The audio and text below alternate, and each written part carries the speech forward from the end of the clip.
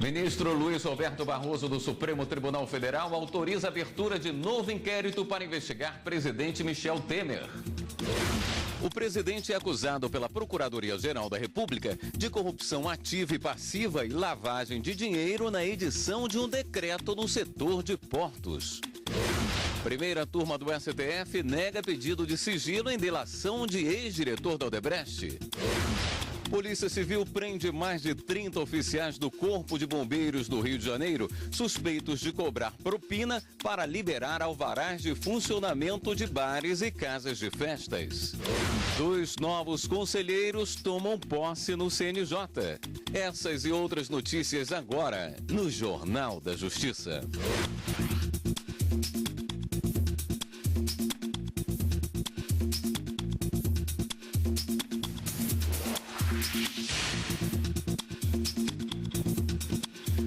Boa noite.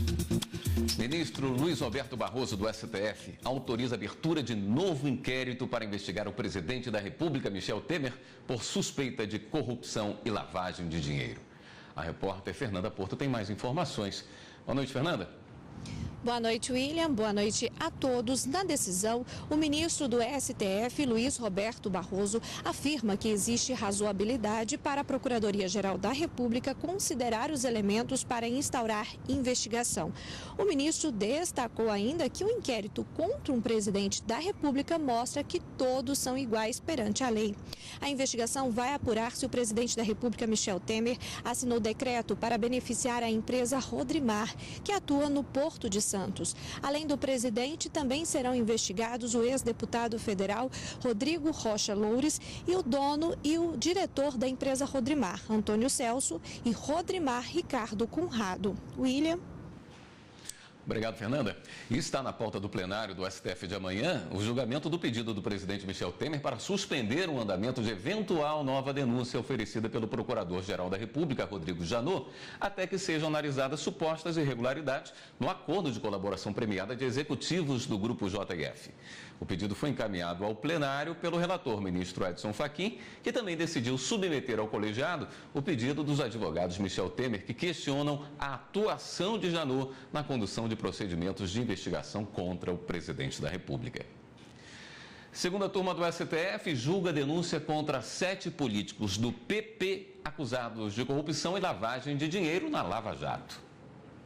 Os deputados Luiz Fernando Faria, José Otávio Germano, Roberto Brito, Arthur Lira e Mário Negromonte Júnior e os ex-deputados João Pisolatti e Mário Negromonte são acusados de terem recebido propina de empresas contratadas pela Petrobras para manter no cargo o ex-diretor de abastecimento da estatal, Paulo Roberto Costa.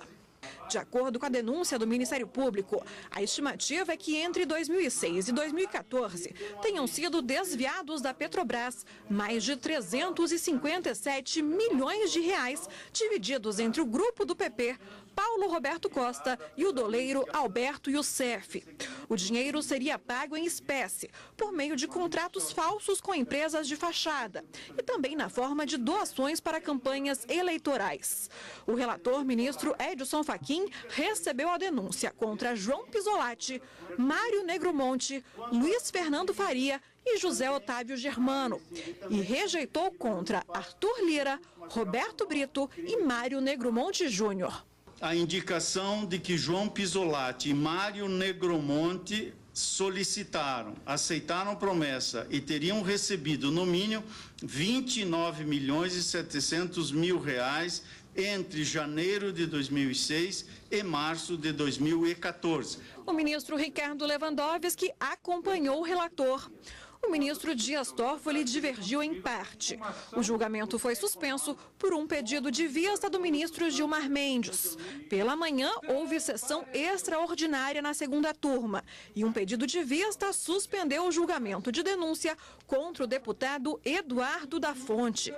O Ministério Público acusa o parlamentar pela prática de corrupção passiva por ter supostamente participado de negociações para barrar em 2009 as investigações da CPI da Petrobras no Senado. O ministro Edson Fachin votou para se receber a denúncia. proponho seja recebida, em parte, a denúncia nos termos dessa fundamentação, em decorrência de suposta infração ao artigo 317, parágrafo 1º do Código Penal e do artigo 1º caput combinado com o inciso 5º da Lei 9.613, de 1998, na redação anterior à Lei 12.683, de 2012, levada a efeito, esta suposta infração, levada a efeito pelo deputado federal Eduardo Henrique da Fonte Albuquerque Silva e por Djalma Rodrigues de Souza, em ações capituladas na denúncia, que ora se propõe recebimento como corrupção passiva e lavagem de capitais. O ministro Dias Toffoli divergiu, votando pela rejeição da denúncia. O julgamento foi suspenso por um pedido de vista do ministro Ricardo Lewandowski. Já a primeira turma analisou 2 recursos no processo de investigação que envolve o deputado federal Pedro Paulo e o ex-prefeito do Rio de Janeiro, Eduardo Paes. Eles são citados em delação premiada dos executivos da Odebrecht como participantes de um esquema de corrupção em campanhas políticas. O primeiro agravo julgado tratava da manutenção do sigilo da delação premiada, que aponta o deputado federal Pedro Paulo e o ex-prefeito do Rio de Janeiro, Eduardo Paes, envolvidos em esquema de corrupção nas eleições de 2010. O relator, ministro Marco Aurélio, ressaltou que a divulgação da delação garante a aplicação do princípio da ampla defesa e do contraditório. O voto pela quebra do sigilo das delações foi seguido por unanimidade. E assim tem entendido Supremo, né, no que abriu certos acordos para conhecimento público, né, certas delações antes do recebimento da denúncia. Deve ser mantido até esse ponto apenas se houver necessidade concreta, uma vez realizadas as diligências cautelares, cuja indispensabilidade tiver sido demonstrada a partir das declarações do colaborador, ou inexistentes estas, não subsiste razão para o sigilo. O outro recurso pediu o desmembramento do processo. A intenção era que o deputado Pedro Paulo seja indiciado separadamente do ex-prefeito do Rio de Janeiro, Eduardo Paes. O relator, ministro Marco Aurélio, reforçou que a decisão dele não poderia ir contra a Constituição Federal. Tenho que aplicar a Constituição. E aplico de forma, como eu disse, estrita, por se tratar de uma previsão revelando direito estrito. Estou desprovendo o recurso interposto. Seguindo o entendimento do relator, o ministro Alexandre de Moraes também votou contra o desmembramento da investigação. Já a ministra Rosa Weber divergiu. Verifico que o Procurador-Geral da República manifesta concordância com o agravante no sentido de que seja provido, ou seja, num primeiro momento se pede a reconsideração por óbvio, né, da parte de Vossa Excelência, e num segundo momento que seja trazido a colegiado e que seja provido o agravo. O ministro Luiz Fux também votou pelo desmembramento. Com o empate, o julgamento foi suspenso para ser colhido o voto do ministro Luiz Roberto Barroso, que teve ausência justificada nesta sessão. Cumprindo mandados judiciais, a Polícia Civil e o Ministério Público prenderam 34 pessoas, a maioria oficiais do Corpo de Bombeiros do Rio de Janeiro. Eles são acusados de cobrar propina para emitir alvarás para liberar o funcionamento de botequins e casas de festas. Segundo as investigações, os valores pagos variavam de 750 a 30 mil reais. E somente os oficiais que aceitassem o esquema de propina eram nomeados comandantes dos quartéis investigados. O Corpo de Bombeiros disse que está colaborando com as investigações. Vamos ao rápido intervalo e voltamos a seguir com outras notícias. 2 novos conselheiros tomam posse no CNJ. A gente volta já já.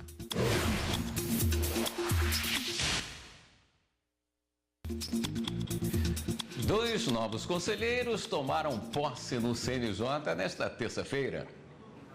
A presidente do STF e do CNJ, a ministra Carmen Lúcia, deu posse aos novos conselheiros Aloísio Correia da Veiga e André Luiz Guimarães Godinho. Temos certeza que a contribuição de Vossas Excelências será enorme para que a gente possa realmente concretizar o sonho de uma justiça eficiente, transparente e extremamente responsável com o nosso país. Aloísio Correia da Veiga é ministro do Tribunal Superior do Trabalho. Ele assumiu a vaga do ministro Lélio Bentes, que saiu do Conselho em junho deste ano. Esse que é a pretensão do CNJ, ter na sua representação essa mistura, não é, de atividades voltadas à jurisdição, voltadas ao direito, que possam realmente melhorar as condições de vida do homem na sociedade. O advogado André Luiz Guimarães Godinho ocupou a cadeira de Luiz Cláudio Alemão, que deixou o CNJ no mês passado. Poder estar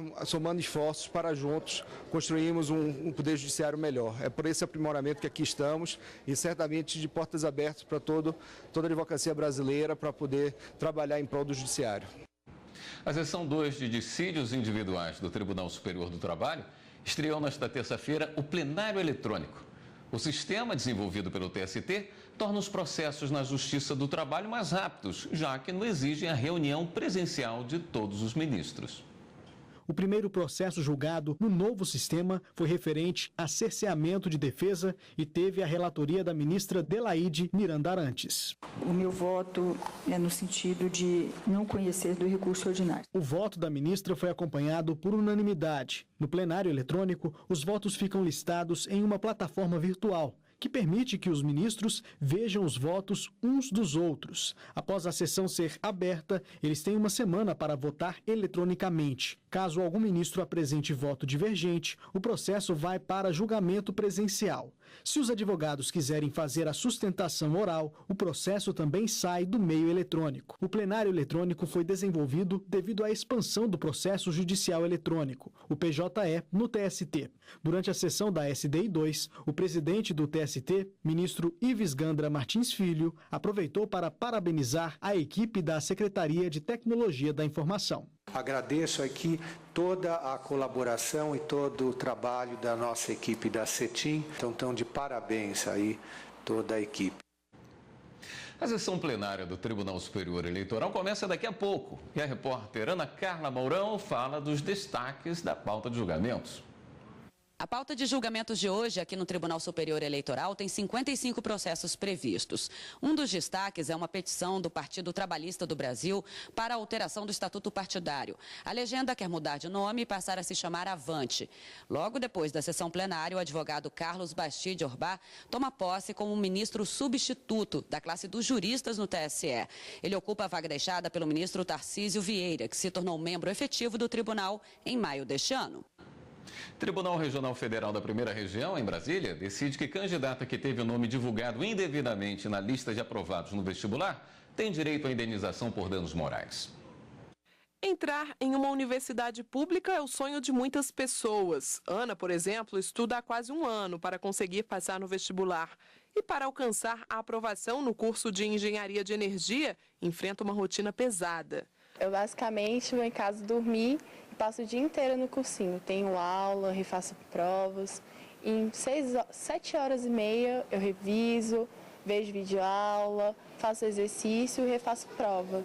Com tanta dedicação, ela acredita que logo será aprovada e já imagina a emoção que viverá no dia que encontrar seu nome na lista dos aprovados. Consigo nem pensar na alegria que vai ser esse dia, sério, tanto para mim quanto para minha família que me apoiou nessa caminhada, sério. Vai ser muito importante e a alegria vai ser imensa, não sei nem explicar. Sentimento vivido de fato por uma candidata ao curso de Língua Portuguesa e Literatura Brasileira da Universidade Federal do Piauí, mas que durou apenas poucos dias. Isso porque a jovem teve o nome divulgado na lista dos aprovados sem ter realmente passado no vestibular. A instituição corrigiu o erro e, após a retificação do edital, o nome dela não constava mais na relação dos aprovados. Diante da situação, a candidata e o pai dela entraram com uma ação na Justiça Federal do Piauí. Pediram indenização por danos materiais e morais pela frustração sofrida. Já em primeira instância, a Universidade Federal do Piauí foi condenada a pagar R$10 mil aos autores. Mas a instituição de ensino recorreu ao TRF da Primeira Região, pedindo a redução do valor. Alegou que o caso seria apenas de mero aborrecimento. Mas quem se dedica aos estudos acredita que não é bem assim. Com certeza é muito revoltante um erro desse, um erro dessa gravidade, porque por mais que para a faculdade não seja de tanta importância, na vida da pessoa com certeza causa um impacto muito grande. É um erro que deve ser evitado. A vida da pessoa fica completamente desgastada depois disso. Os autores da ação também recorreram ao TRF1. Pediram para aumentar a quantia estabelecida na primeira instância. A sexta turma do tribunal considerou que a administração causou dano direto à estudante, já que a publicação da lista de aprovados gera grande expectativa, o que para muitos significa a realização de um sonho e uma real mudança da realidade. Para o colegiado, houve uma violação ao direito de personalidade da autora, portanto é justa a indenização por danos morais. Mas a turma reduziu o valor para R$ 5.000, pois não ficou demonstrada a existência de sequelas psicológicas e o erro foi corrigido em menos de um mês. Este advogado esclarece o que diz a lei a respeito do assunto. A Constituição Federal de 1988, em seu artigo 5º, inciso 10º, diz que são invioláveis a vida privada, a honra e a imagem das pessoas, sendo assegurado a indenização por dano material ou moral decorrente de sua violação. Esta garantia constitucional, ela também linka ao que diz o artigo 927 do Código Civil de 2002, que diz que aquele que, por ação ou omissão, cometeu o ato ilícito, fica obrigado a reparar. Nossa equipe entrou em contato com a Universidade Federal do Piauí, mas até o fechamento desta edição não havia nenhuma resposta. E a seguir, no próximo bloco do Jornal da Justiça. Procuradoria-Geral da República realiza seminário para debater a investigação de crimes virtuais. A gente volta em instantes.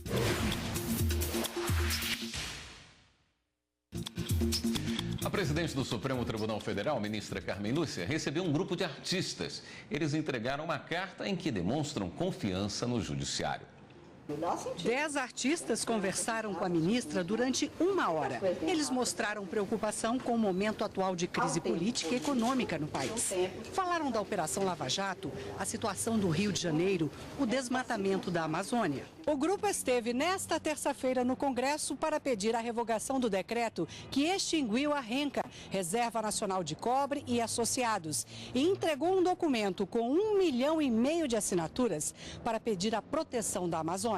No encontro com a ministra Carmen Lúcia, fizeram críticas ao Código Florestal. Flexibilização de regulamentos de agrotóxico, venda de terras para estrangeiro, a questão da mineração da terra aos grileiros, quer dizer, são 7 pontos hipercapitais. E a nossa vinda aqui, a nossa querida ministra, foi principalmente dar apoio a ela, porque nesse momento ela é um bastião da ética e da justiça no Brasil. Os artistas também entregaram uma carta à ministra com o relato das questões e a confiança no judiciário. A presidente do STF disse que a preocupação da justiça é garantir que se cumpra a lei para todo cidadão brasileiro. É um exercício de escuta importante de uma pessoa que tem um cargo importante num momento crítico do país. Então, independente de qualquer questão que tenha sido levantada aqui, todas as considerações são passíveis de uma ótima reflexão e é isso que eu vou levar para casa. A presidente do STF, do CNJ, a ministra Carmen Lúcia, também recebeu a nomeada para a Procuradoria-Geral da República. Raquel Dodge veio convidar a ministra para a posse na PGR, marcada para a próxima segunda-feira. A nomeada PGR está fazendo os últimos ajustes na equipe de trabalho. Ontem foram anunciados 9 nomes da equipe e também reforços para o grupo de trabalho da Operação Lava Jato. Ela vai substituir o atual Procurador-Geral da República, Rodrigo Janot. A Procuradoria-Geral da República promove um seminário em Brasília sobre perícia digital e crimes cibernéticos. O encontro debate os desafios para as investigações de crimes virtuais nacionais e internacionais. O seminário reuniu o público interno do Ministério Público Federal e externo, como peritos, integrantes de órgãos do sistema de justiça, autoridades, estudantes e servidores que atuam no combate a crimes cibernéticos. A abertura ficou por conta da secretária de Apoio Pericial do Ministério Público Federal, Procuradora Regional da República, Elizabeth Kobayashi. Hoje em dia, na verdade, não só na parte de crime cibernético, mas de todos os crimes, seja tráfico internacional, terrorismo, todos os tipos, a gente precisa de cooperação técnica. A gente sabe sabe que os bandidos, eles se organizam e atuam internacionalmente. Então, nós, autoridades que atuamos na persecução do crime, a gente também tem que se organizar e se unir para poder combater esse tipo de criminalidade. O principal objetivo do evento foi qualificar peritos e especialistas em crimes digitais, o combate ao cybercrime, as maneiras de atuação da perícia digital do Ministério Público Federal e a tecnologia da informação brasileira para desvendar um crime virtual foram discutidos junto com as práticas para coibir delitos como tráfico de drogas, de armas, de pessoas e terrorismo. Estelionato, crimes de pornografia infantil e o cyberbullying foram citados pelos participantes do seminário como os crimes mais cometidos virtualmente. E entre os desafios apresentados pelos peritos está o fato de empresas, como por exemplo o WhatsApp, restringirem e dificultarem a liberação de informações de usuários que são alvos de investigação. É possível a adoção póstuma, mesmo quando o adotante morre antes de iniciado o processo de adoção. Esse foi o entendimento do Superior Tribunal de Justiça. O ECA, Estatuto da Criança e do Adolescente, prevê a adoção após a morte quando ficar demonstrada a vontade clara de adotar e o processo for iniciado antes dos pais falecerem. Ele diz que se durante o curso do processo de adoção, ou seja, após iniciado o processo de adoção, um dos requerentes da adoção morre, o processo ele tem seu curso e esse requerente que faleceu, ele vai se tornar, sim, pai adotivo, né? No final, a sentença, ao declarar a adoção, determinará que o nome, inclusive, dessa pessoa que morreu, seja incluída na certidão de nascimento, como pai ou como mãe. Em um caso analisado pelo STJ, uma mulher procurou a justiça com pedido de adoção da filha em nome dela e do marido que já havia morrido. O Tribunal de Justiça de Minas Gerais negou a adoção por parte do pai e reconheceu apenas a adoção pela viúva, pois considerou que não houve prova que essa era a vontade do falecido. No STJ, os ministros da terceira turma modificaram a decisão do Tribunal Mineiro e reconheceram a adoção por parte do falecido, pois consideraram que ficou comprovado que a adotanda recebeu o tratamento do pai idêntico ao de filha durante a vida. Ao ler o voto, a relatora do processo, ministra Nancy Andrighi, afirmou que não poderia ignorar a existência de um relacionamento entre os adotantes e a filha, porque ela foi criada pelo casal desde que tinha 1 ano e 10 meses de idade até a fase adulta. A filha, inclusive, usou o nome dos dois como pais dela nos convites de formatura e de casamento.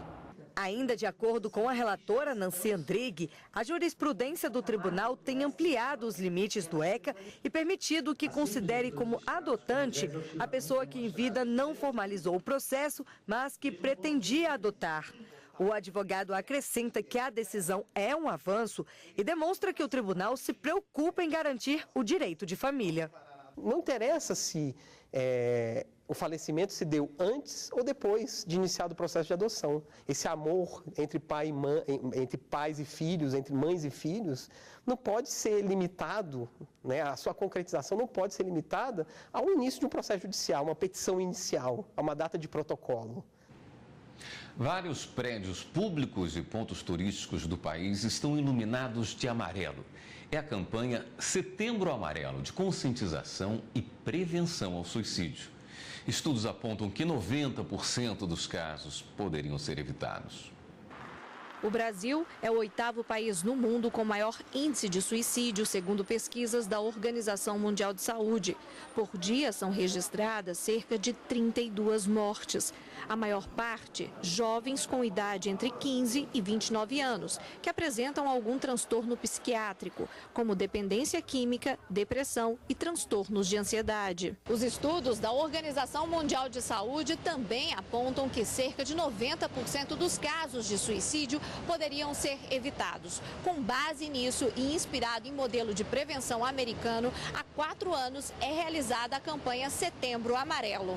O debate sobre o tema foi iniciado pelo Conselho Federal de Medicina e a Associação Brasileira de Psiquiatria, que afirmam se tratar de uma emergência médica. Mesmo o suicídio continua também sendo uma emergência médica, porque ele atinge 6 outras pessoas, 6 outros familiares, e que nós precisamos fazer um trabalho médico chamado de pós-venção.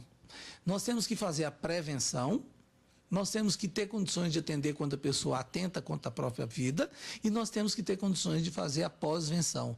E isso é um trabalho médico de extrema importância e que, se não fizermos, nós vamos ficar parados e as pessoas morrendo. Para chamar a atenção da sociedade sobre o tema, prédios públicos e pontos turísticos do Brasil ganharam iluminação especial na cor amarela.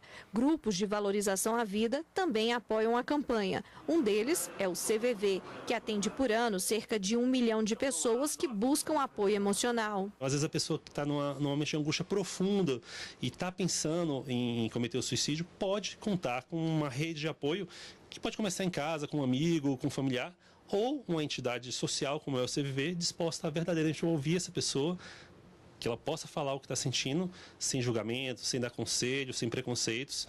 E ao elaborar, ao falar sobre isso, a pessoa consegue às vezes se reorganizar e às vezes mudar de pensamento. Além do apoio a quem precisa de tratamento, a campanha também busca conscientizar a população sobre o preconceito com o tema.